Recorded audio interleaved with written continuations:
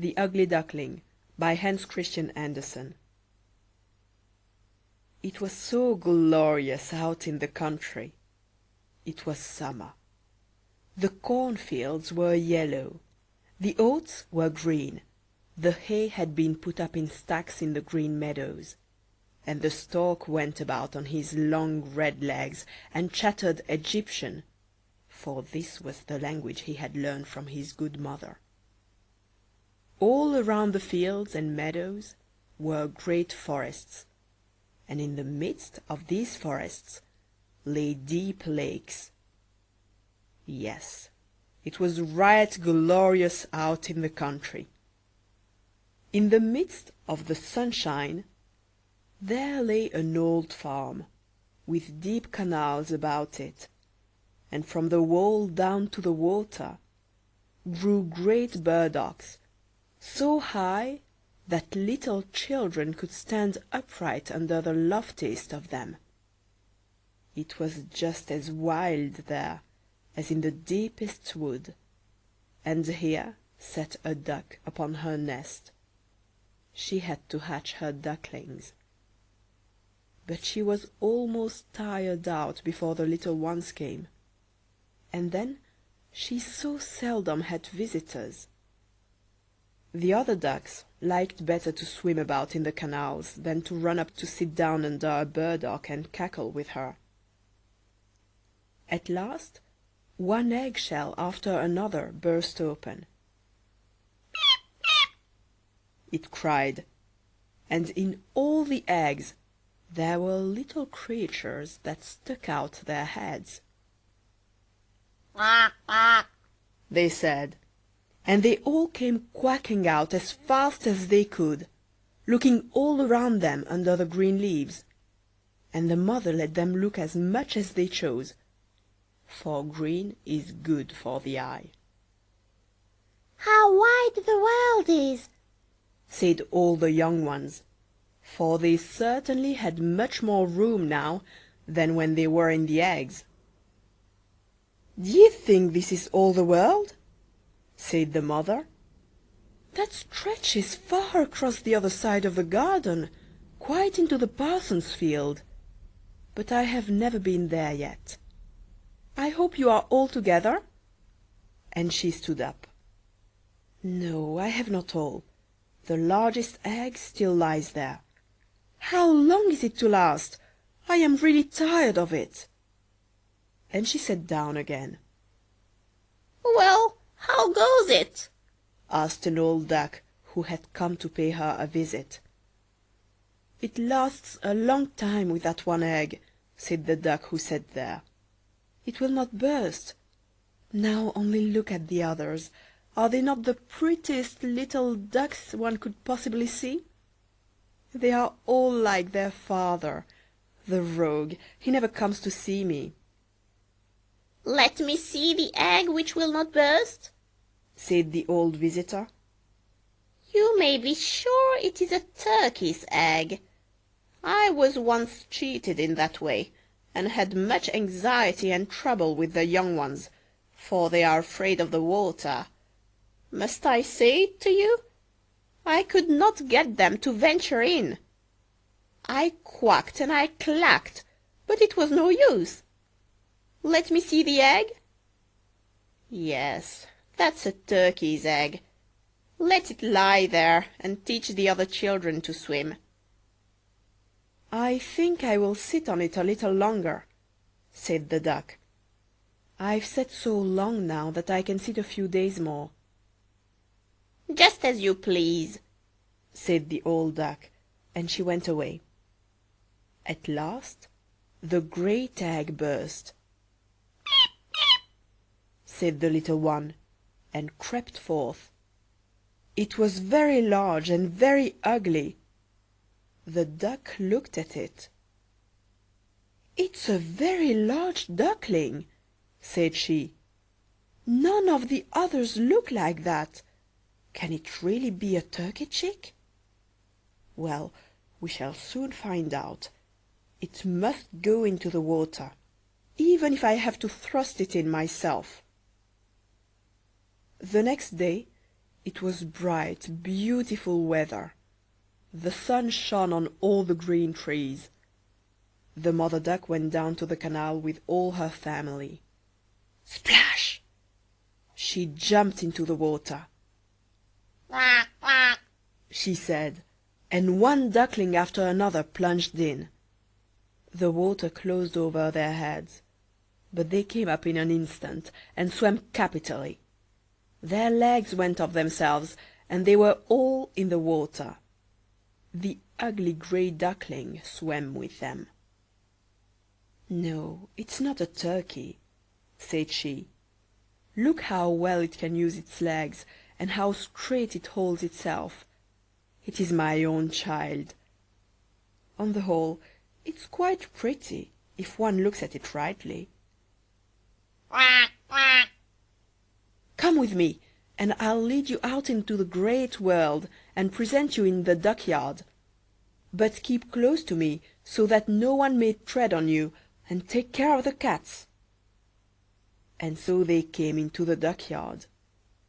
There was a terrible riot going on in there, for two families were quarrelling about an eel's head, and the cat got it after all.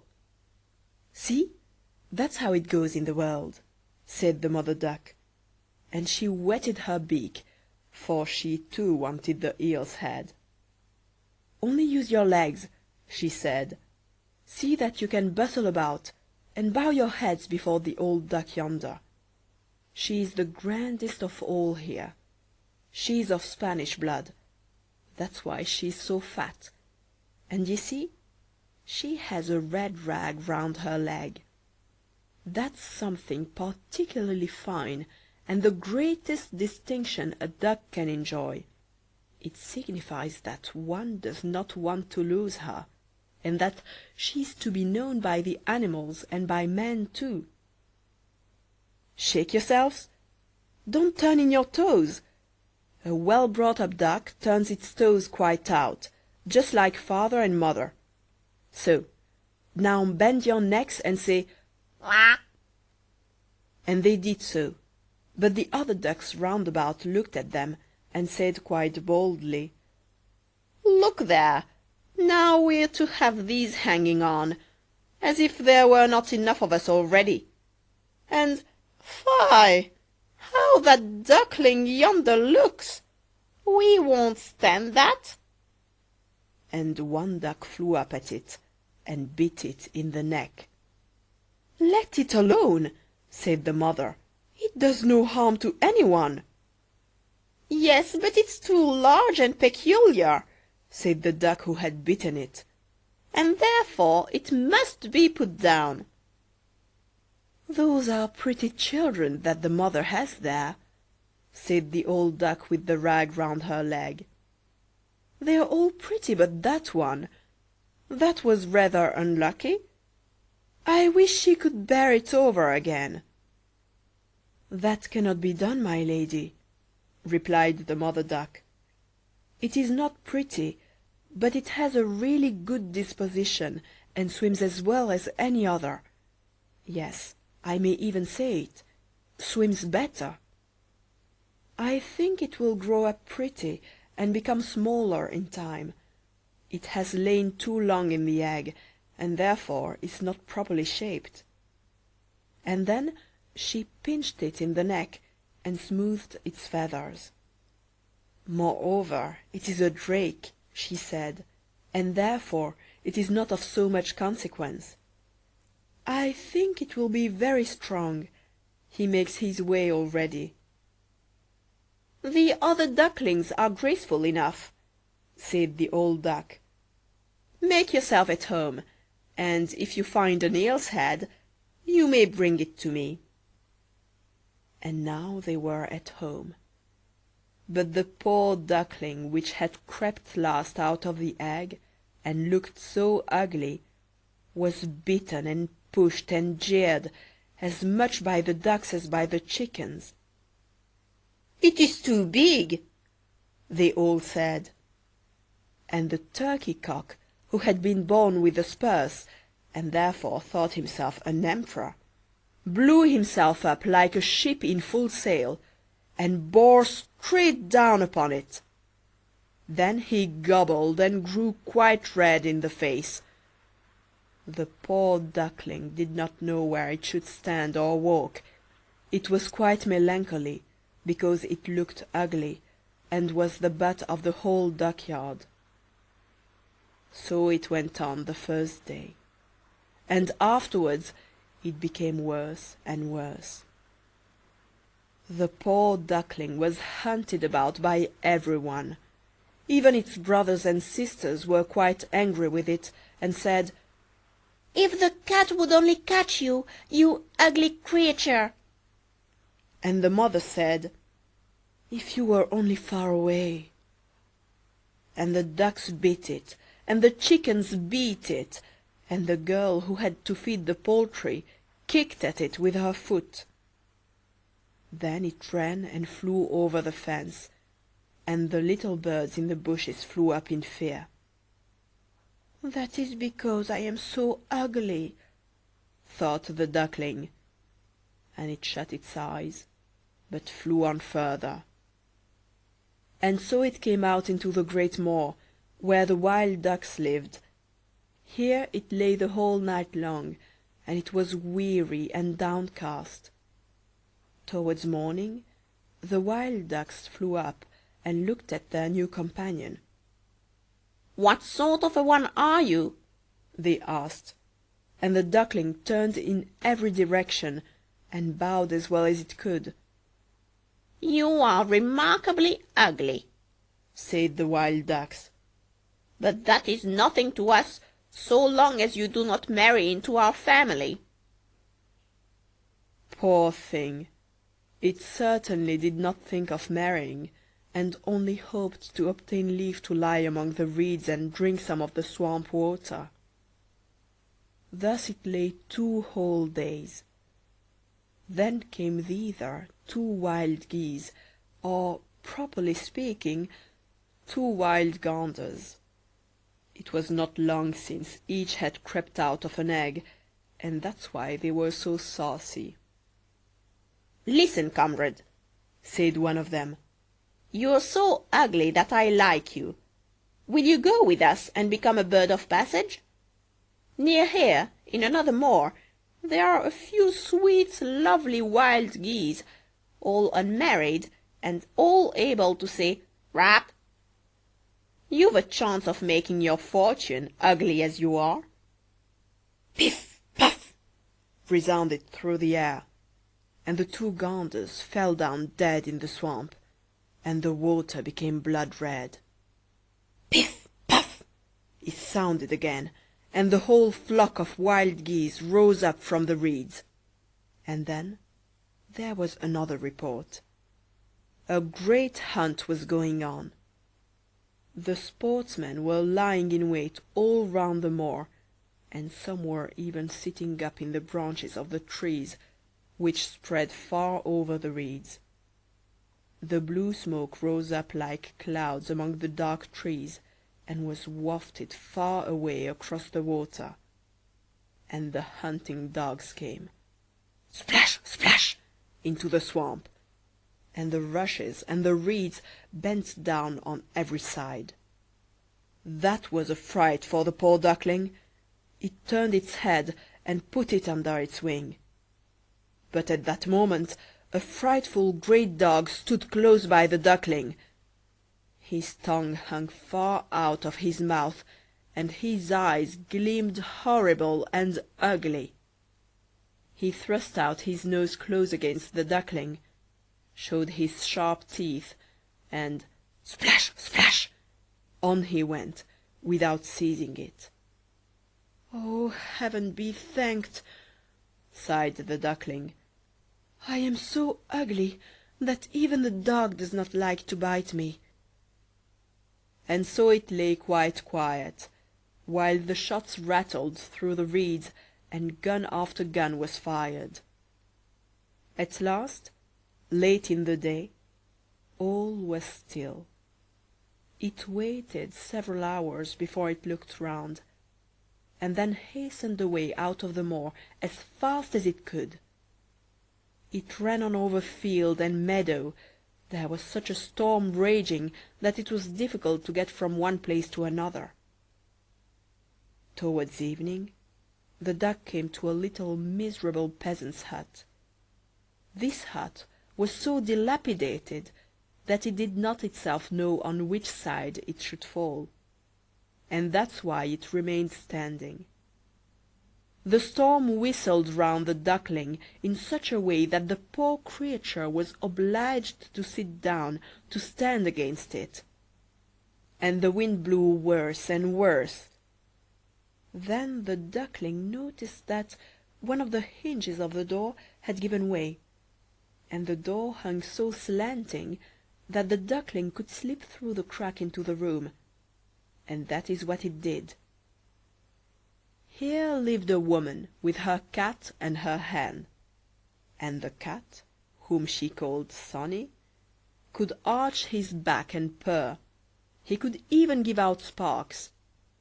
But for that, one had to stroke his fur the wrong way. The hen had quite little short legs, and therefore she was called Chickabiddy Shortshanks. She laid good eggs, and the woman loved her as her own child. In the morning, the strange duckling was at once noticed, and the cat began to purr, and the hen to cluck. "What's this?" said the woman, and looked all round, but she could not see well, and therefore she thought the duckling was a fat duck that had strayed. "This is a rare prize," she said.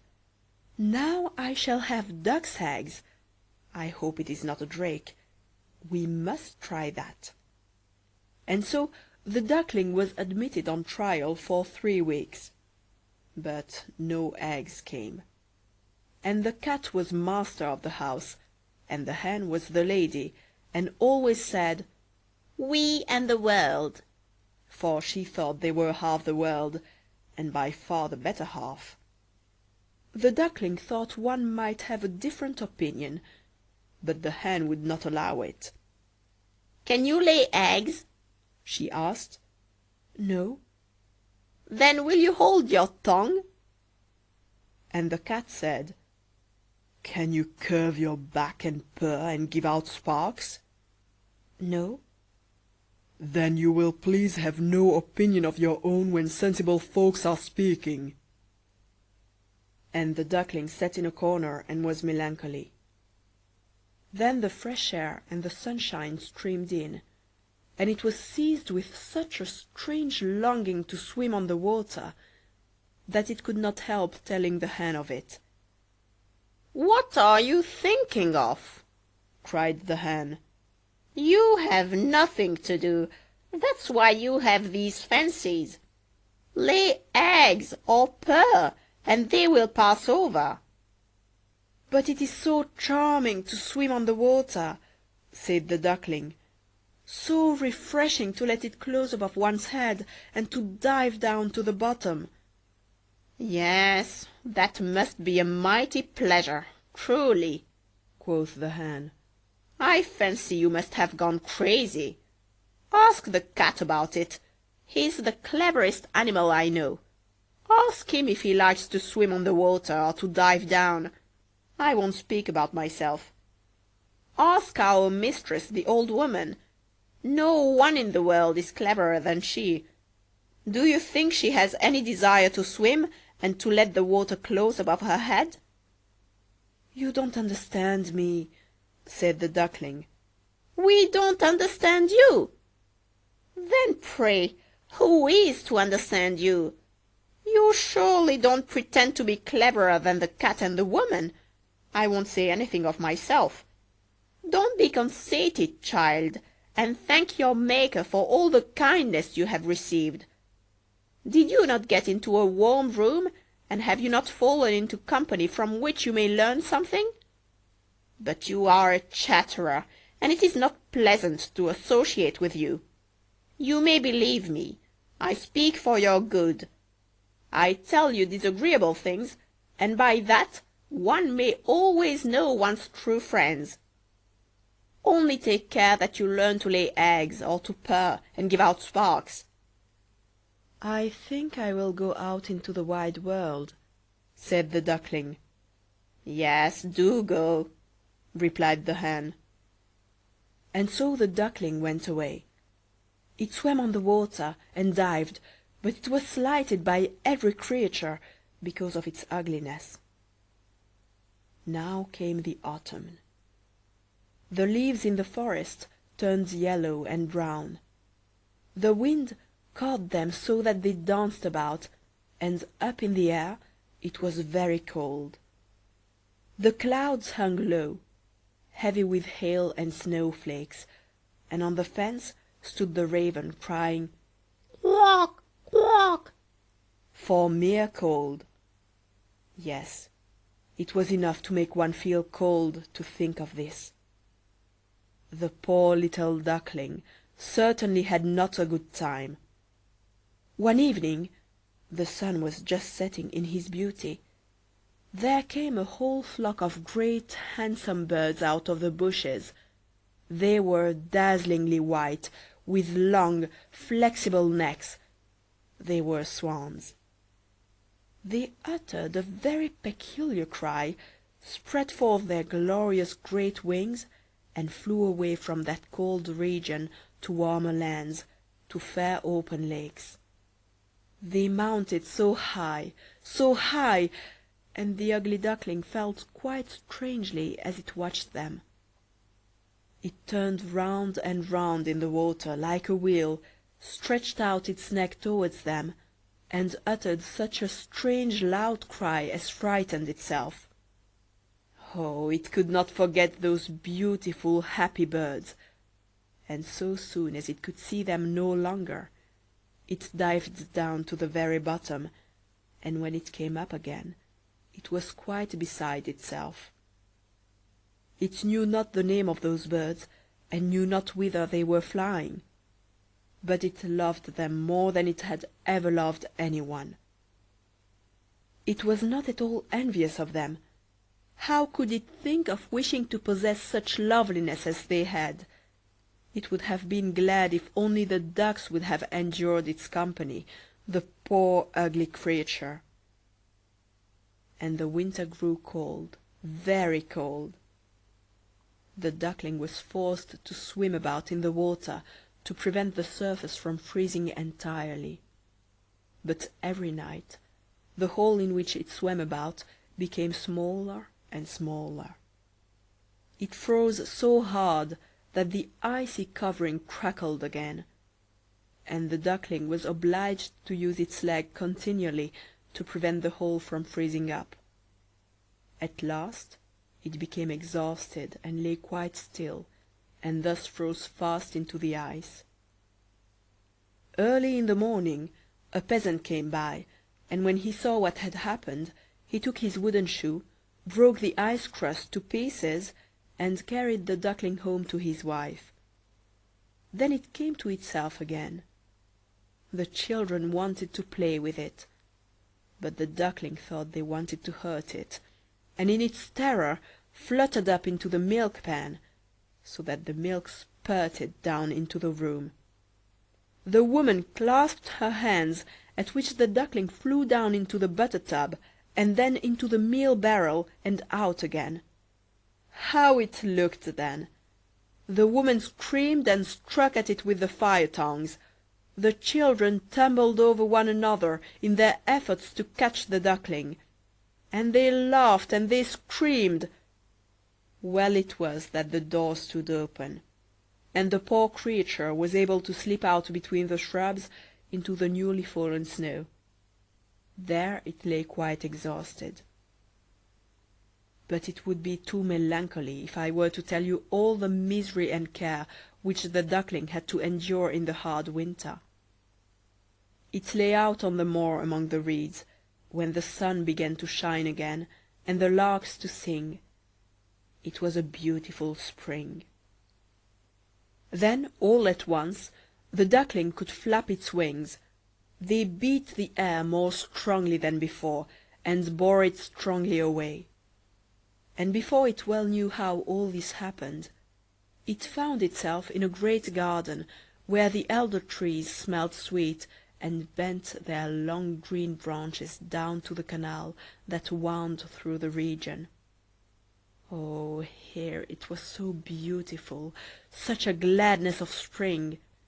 And from the thicket came 3 glorious white swans. They rustled their wings and swam lightly on the water. The duckling knew the splendid creatures, and felt oppressed by a peculiar sadness. I will fly away to them, to the royal birds, and they will beat me, because I, that am so ugly, dare to come near them.